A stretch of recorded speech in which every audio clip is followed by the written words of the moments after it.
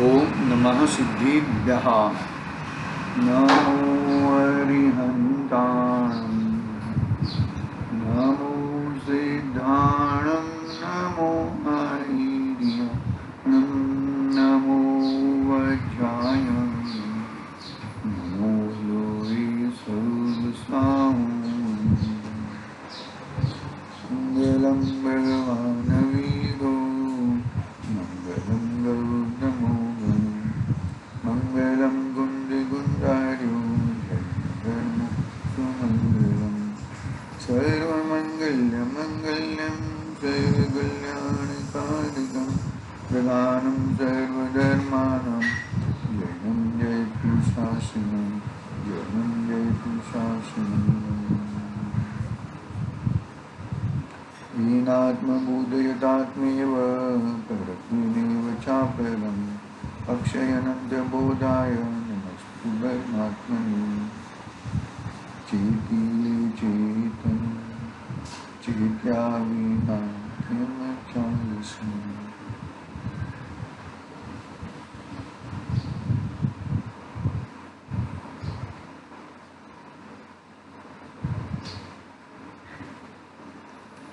समाधि तंत्र पूज्यपाद स्वामी का ये महान ग्रंथ अपने सामने विराजमान है।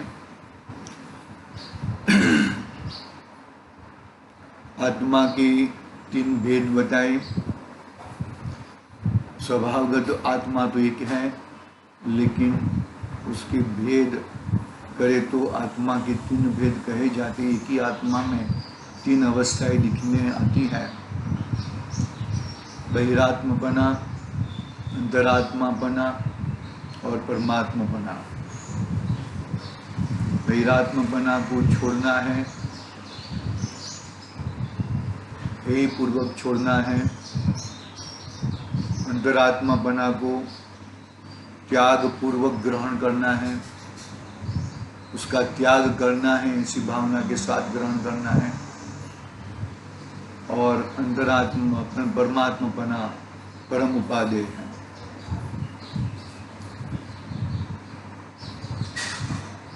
अभी 88 नंबर के श्लोक में आचार्य जी ने बताया कि कोई ऐसा मान ले कि ये मैं उच्च जाति का हूँ, उच्च कुल का हूँ, तो मुझे ये मोक्ष हो सकता है। नीची जाति वाला, नीचा कुल वाले को मोक्ष नहीं हो सकता। तो आचार्य देव उसे समझाते हैं कि जाति और कुल तो किसकी अपेक्षा से हैं? शरीर की अपेक्षा से हैं। जाति माँ के हिसाब से होती है और कुल पिता के हिसाब से होता है। क्योंकि जाति और कुल शरीर आदि की शरीर की होने से वो उसका आश्रय करने से उसका शरीर का आश्रय होता है, तो वापस बहिरात्मपना आ जाएगा। और बहिरात्मपना आएगा तो अंतरात्मा कैसे प्रकट होगा। ऐसी सुंदर शैली से, सुंदर बात से आचार्य देव ने जो उच्च कुल और उच्च जाति में जो अपने आप को बड़े मानते हैं, अपने आप को मोक्षार्थी मानते हैं, कल भी हमने बताया था इसके बारे में कि कोई ऐसा मान ले कि मैं जैन धर्म में जन्मा हूँ तो मुझे जन्म से ही सम्यक दर्शन है, वो बात बरोबर नहीं है। वो कल भी बताया था कि सम्यक दर्शन सहित यहाँ पर जन्म लेना पंचम काल में, वो भी भरत क्षेत्र में, भरत कहो ऐरावत कहो, वो पॉसिबल है, विदेह क्षेत्र में पॉसिबल है। और सम्यक दर्शन सहित तो कहाँ पे पॉसिबल है? स्वर्ग आदि में जाते हैं, भोग भूमि में, उत्तम भोग भूमि में जाते हैं इत्यादि, जो भी है, जो आयुष बांधा है वो हिसाब से। तो सम्यक दर्शन सहित भरत क्षेत्र में पंचम काल में कोई जीव उपजता नहीं है। तो बात यहाँ पर कुल और जाति तो शरीर अपेक्षाएं हैं, तो शरीर का तो मोक्ष होता नहीं है, मोक्ष तो आत्मा का होता है। वो भी बात बताया था मुनिराज की आगम की अपेक्षा से। मुनिराज पना किस किस को संभव है वो भी बताई थी, सब बात हुई थी। इस गाथा को यहाँ पर विराम लेते हुए नया श्लोक पढ़ते हैं, 89 नंबर का श्लोक। अभी ये बहुत जल्दी जल्दी समाधि तंत्र पूरा होएगा। तो 89 नंबर की श्लोक की उत्थानिका में क्या कहते हैं, देखो, तब तो ब्राह्मण आदि जाति विशिष्ट निर्वाण आदि की दीक्षा से दीक्षित होकर मुक्ति प्राप्त कर सकते हैं, ऐसे बोलने वाले प्रति कहते हैं। वही गाथा, वही चीज वापस दोहराते हैं आचार्य देव, दृढ़ कराना चाहते हैं कि तू उच्च गोत्र, उच्च कुल, उच्च जाति से तो हम, ठीक है, आगे देखते हैं। देखो, जाति लिंग विकल्पेन ईशां च समयाग्रह कपि न प्राप्तनुवन्तिव्य परमं पदमात्मना। जाति लिंग से मोक्ष पद आगम आग्रहवान नहीं पावेत पे आत्मा परम सुपद निर्वाण।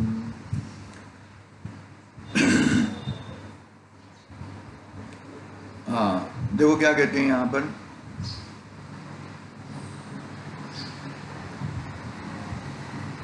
जाति लिंग से मोक्ष पद आगम आग्रहवान नहीं पावेते आत्मा परम सुपद निर्वाण। जो जाति और लिंग में, कुल में, लिंग का शब्द यहाँ पर मुनिपद, मुनिराज में बन गया हूं तो मुझे मोक्ष हो जाएगा। पुरुषार्थ बहुत लगता है भाई, बहुत पुरुषार्थ लगता है। जो सामने दिखती है, एक मेघ है, चिकंजी बनी है ना, चिकंजी बनी है, एक मेघ है, 5-6 वस्तु का एक मेघ है, लेकिन ज्ञानी उसको जुदा जुदा देखते हैं, जुदा जुदा अनुभव करते हैं। वो पुरुषार्थ है, पुरुषार्थ लगता है भैया उसके लिए। देखो पढ़ते हैं, जिन्हें जाति लिंगम विकल्पेन, जाति और लिंग के विकल्प से मुक्ति होती है, ऐसा समयाग्रह आगम संबंधी आग्रह है, ते अपि वे भी आत्मनः आत्मा के परम पद को न प्राप्नुवन्ति एव प्राप्त नहीं कर सकते हैं, संसार से मुक्त नहीं हो सकते हैं, संसार से मुक्त नहीं हो सकते हैं। ऐसी सुंदर बात आचार्य देव ने 89 नंबर के श्लोक के माध्यम से कहा। जब तुम कहाँ पे खड़े रह के बात करते हो वो बहुत इंपॉर्टेंट है, बहुत मायना है। कहाँ पे खड़े रहते हो, कहाँ पे क्या करते हो, वो बात क्या हो क्या नहीं हो जाने दो। तुम कहाँ पे खड़े रहो, कौन सी दिशा में खड़े हो, तुम पर पदार्थ की दिशा में खड़े हो कि आत्मा की दिशा में खड़े हो। दिशा नक्की करो, दिशा नक्की होएगी तो दृष्टि नक्की हो जाएगी। दिशा नक्की करना बहुत अति आवश्यक है। यदि तुम संसार दिशा, संसार मुख खड़े हो तो संसार की बातें आएगी, और तुम मोक्ष मुख खड़े हो तो मोक्ष की बातें आएगी। भाई देखो, तुम संसार को मोक्ष मान लो, वो तो तुम्हारी उल्टी मान्यता है। तो ब्रह्म बुद्धि है, वो ब्रह्म बुद्धि को त्यागने के लिए ब्रह्म को हटाना पड़ेगा। क्या कहते हैं कि जाति और लिंग रूप विकल्प अर्थात भेद, उससे जो शैवादि को समय का आग्रह अर्थात आगम का आग्रह है, अर्थात उत्तम जाति विशिष्ट लिंग ही मुक्ति का कारण है, ऐसा आगम में प्रतिपादन किया है। इसलिए उस मात्र से ही मुक्ति होती है।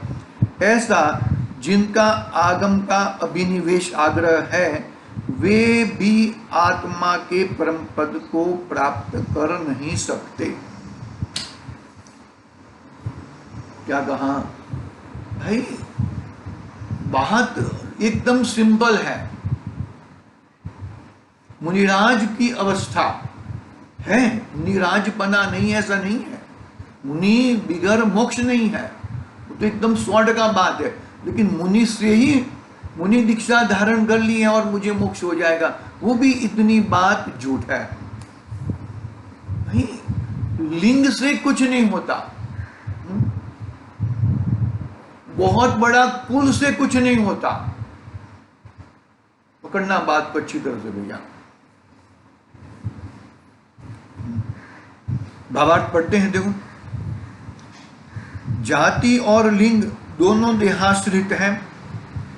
उनकी और के विकल्प से राग होता है और राग संसार है। इसलिए जो ऐसा मानते हैं कि आगम में जाति और लिंग से मोक्ष होता है, ऐसा प्रतिपादन किया है, वे हठाग्रही हैं और आगम के स्वरूप से अत्यंत अज्ञात है। वितरागी आगम तो कहता है कि वितरागता से ही मोक्ष की प्राप्ति होती है और वितरागता होने पर बाह्य लिंगादि होते अवश्य है, परंतु उनके आश्रय से मोक्ष नहीं होता, न उनको विकल्प से मोक्ष होता है। जाति, लिंग और उस संबंधी विकल्प से मोक्ष होता है, ऐसा मानने वाला समयाग्रही है, समय का जानकार नहीं है। समय यानी कि आत्मा। हम तो सिद्धों के जाति के हैं, सिद्ध भगवान। अरे ये कहना भी राग है, भेद कर दिया ना, वो भेद कर दिया। अरे मैं तो सिद्ध समान हूं, वो द्रव्य दृष्टि की बात है।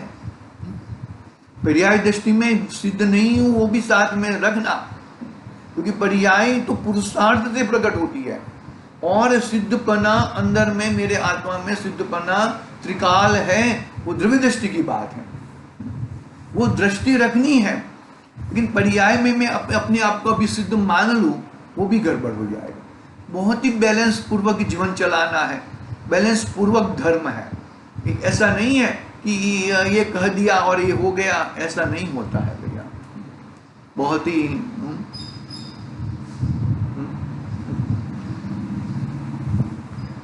देखते हैं, चलो आगे बढ़ते हैं। विशेष स्पष्टीकरण लेते हैं थोड़ा। समयसार ग्रंथाधिराज का कहा है विशेष स्पष्टीकरण, देखो।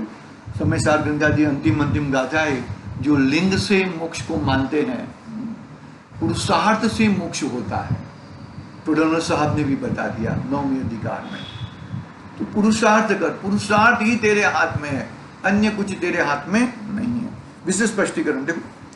लिंग मोक्ष का सच्चा कारण नहीं है, इसका प्रतिपादन करते हुए श्री कुंकुंद आचार्य देव ने समयसार में कहा है। 408, 409 और 410 3 गाथाएं हैं।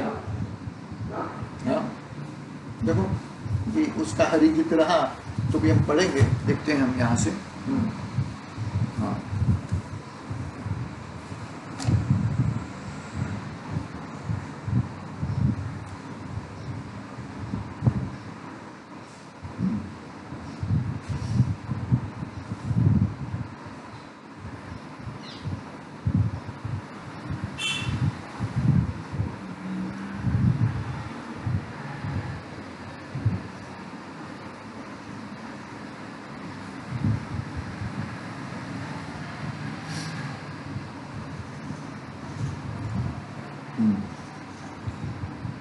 एक मिनट, हाँ जरा मैं गाथा निकाल देता हूँ।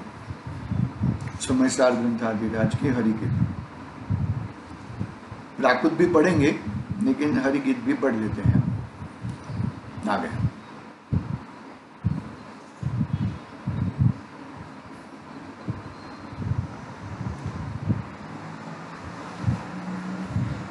चार 408 नंबर की गाथा है।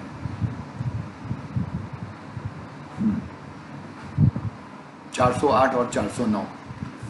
पांसंडी लिंगाणी व गीलिंगाणी व बहुपयाराणी धेतुं वंदति मुड्ढा लिंगमीणम मुखमघोति।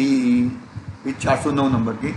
न दुहोदि मुखमग्गो लिंगम ज देहणि मम्मा परिहा लिंगम मुयित्तु दंसण नाण चरित्राणि सेवंती। देखो हरिगीत पढ़ते हैं। मुनिलिंग को अथवा गृहस्थी लिंग को बहु बांधी के ग्रह कर कहत है मूढ़ जन या लिंग मुक्ति मार्ग है। क्या कहते हैं?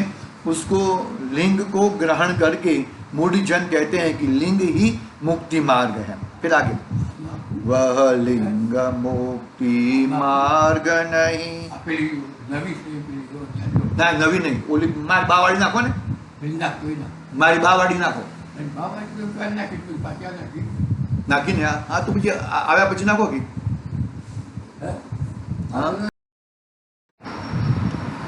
409 का। वह लिंग मुक्ति मार्ग नहीं अरहंत निरमम देह में बस लिंग तज कर ज्ञान चारित्र दर्शन सेवते। क्या कहते हैं कि जो अपने आत्मिक गुण को जो सेवते हैं, आत्मिक गुणों में जो रहते हैं, उनको ही मोक्ष मार्ग होता है। बाह्य मोक्ष मार्ग से मोक्ष मार्ग नहीं होता, बाह्य मोक्ष मार्ग से मोक्ष मार्ग होता नहीं है, ऐसा कहते हैं। देखो हाँ पढ़ता हूं मैं यहाँ पर, और 413 नंबर की भी गाथा पढ़ लेते हैं। 413 नंबर की देखो, हाँ अंतिम से थर्ड लास्ट है ना, 413 नंबर की गाथा। पांसंडी लिंगे सुव लिंगेषु व बहुपयारेषु भुवन्ति जे मम्मत्ति ते हिम्न नादं समयसारं बहुभान्ति के मुनिलिंग जो अथवा गृहस्थी लिंग जो ममता करे उनने नहीं जाना समय के सार को। पढ़ता हूं यहां से।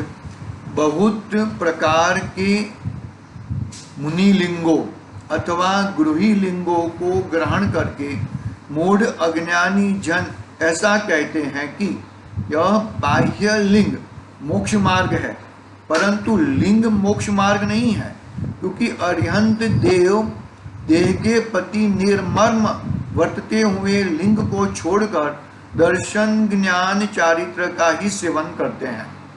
क्या समझ में ना? सभी प्रकार के लिंगों को छोड़कर, लिंग से मोक्ष मार्ग नहीं होता। आगे, जो बहुत प्रकार के मुनि लिंगों में अथवा गृहस्थ लिंगों में ममता करते हैं, अर्थात द्रव्य लिंग ही मोक्ष प्रदाता है ऐसा मानते हैं, उन्होंने समय सार को नहीं जाना है। उन्होंने समय सार को बिल्कुल जाना नहीं है। समय सार को क्या नहीं जाना? समय सार में गए नहीं है। समय सार क्या है कि द्रव्य कर्म, भाव कर्म, नो कर्म से रहित समय सार की जो नयाति क्रांत है, वो भी समय सार को प्रकट करते हैं, वो भी प्रकट करते हैं।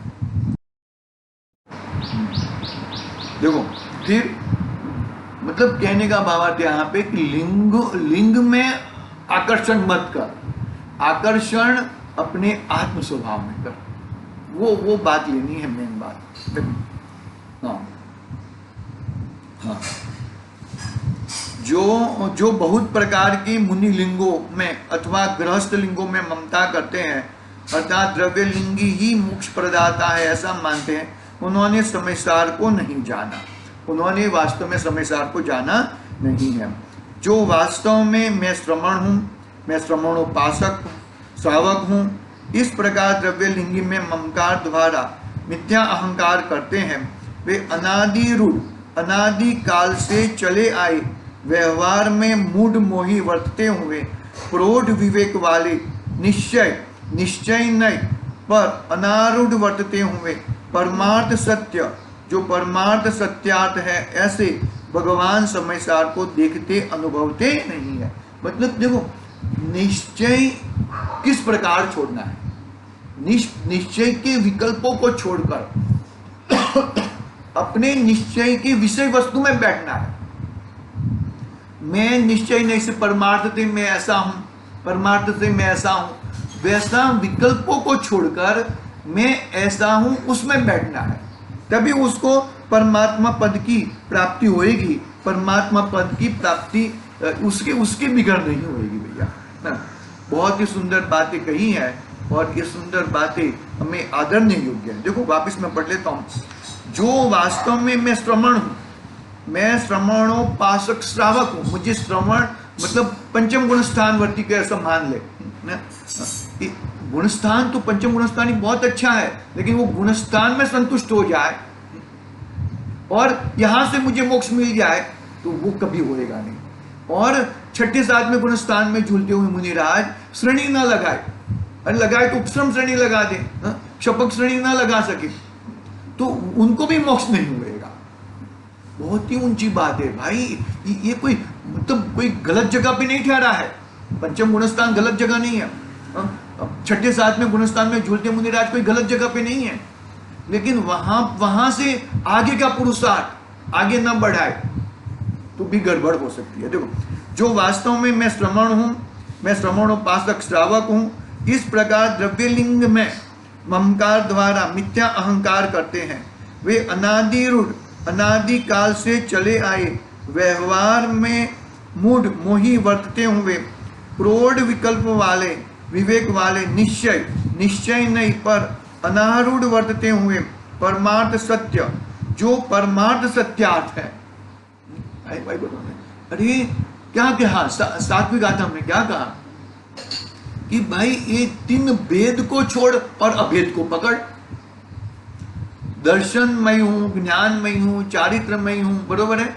तो दर्शन हूं, ज्ञान हूं, चारित्र हूं, ऐसे विकल्प को छोड़कर तू एक आत्मा को पकड़ेगा तो वो दर्शन ज्ञानमय है। तो नयातीत कैसे होएगा कि भाई व्यवहार ने तो अभूतार्थ कह दिया और निश्चय नहीं को भी अभूतार्थ कहा। कैसे कहा कि निश्चय नहीं के विकल्प है, वो विकल्प को छोड़कर निश्चय नहीं की विषय वस्तु को पकड़ना है। वो पकड़ेगा तब वो निश्चय के विकल्प छूट जाएंगे और उसको समयसार में भगवान आत्मा मिलेगा। पकड़ना बात बहुत गंभीर है। अभी अंतिम गाथाएं आ रही ना, अभी समाधि तंत्र भी पूरा हो रहा है और समयसार गंधाधिराज की अंतिम गाथाओं का भी स्वाद करा दिया विशेष स्पष्टीकरण में। देखो, भगवान समयसार को देखते अनुभवते नहीं है। किसमें? देखो, प्रौढ़ विवेक वाले यानी कि निश्चय नहीं के वाले, निश्चय नहीं के पक्ष वाले, पक्षांतिक्रांत करना है, नयातिक्रांत करना है। देखो, प्रौढ़ विवेक वाले यानी कि निश्चय नहीं पर आरूढ़ वर्तते हुए परमार्थ सत्य जो परमार्थ सत्यार्थ है, ऐसे भगवान समयसार को देखते अनुभवते नहीं है। निश्चय नहीं के विकल्पों को छोड़कर निश्चय नहीं की विषय वस्तु को ग्रहण करता है, उसे समयसार मिलता है। नयातिक्रांत पक्षांतिक्रांत जो होता है उसे ये कार्य होता है, अन्यथा और किसी को कार्य होता नहीं है। यही भावना के साथ अपनी 89 नंबर का श्लोक पूरा हुआ है। कल हम 90 नंबर का श्लोक प्रारंभ करेंगे। आज के लिए ओम नमः सिद्धिव्याः। निज निधि निज में बताई यह अनंत उपकार है, उसके लिए जिनवाणी माँ को वंदना 7 बार है।